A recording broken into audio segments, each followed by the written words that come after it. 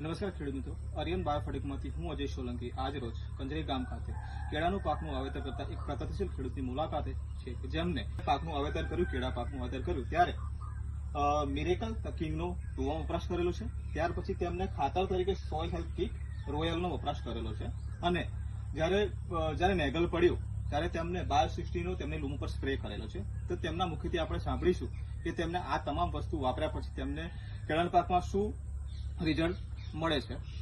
તો તમારો પરિચય આપીને તમે જણાવશો કે તમે આ વસ્તુ વાપર્યા પછી તમને તમારા કેળાના પાકમાં શું ફરક જણાવ્યો? નમસ્કાર, હું પરમાર પરસોત્તમભાઈ અંબાલાલભાઈ કણજરી રહેવાસી. જ્યારે કેળાનું પાકની શરૂઆત થઈ ત્યારથી તે અંત સુધી મેં અરિહંત કંપનીનું આ મિરેકલ કિંગ અને સોઇલ હેલ્થ કિટની તબક્કાવાર જે એની સિસ્ટમ પ્રમાણે વાપરવાની રીત છે એ પ્રમાણે એનો ઉપયોગ કર્યો છે, જેથી કરીને એનું સારામાં સારું મને રિઝલ્ટ મળેલું છે. મૂળિયાના અને દરેક તબક્કે જ્યારે જે ખાતરની જરૂર પડી છે ત્યારે મેં આ ખાતરનો ઉપયોગ કર્યો છે અને એનું રિઝલ્ટ બી સારું આવેલું છે.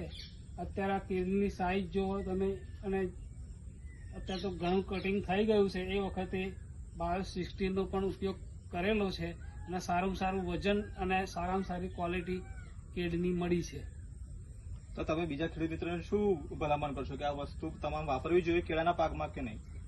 હું તો ભલામણ કરું જ છું કે દરેક ખેડૂતે જ્યારે કંઈ કેળનો પાક લે છે ત્યારે અરિહંત કંપનીની આ જુદી જુદી ખાતર અને જે દવાઓ છે એનો ઉપયોગ કરવો જ જોઈએ, જેથી કરીને એમને સારું કેળાનું ઉત્પાદન મળી શકે. અને આ તમામ વસ્તુ તમે ક્યાંથી લાવ્યા છો? આ તમામ વસ્તુ અમે બોરિયાવી એગ્રોમાંથી લાવ્યા છે. ખૂબ ખૂબ ધન્યવાદ.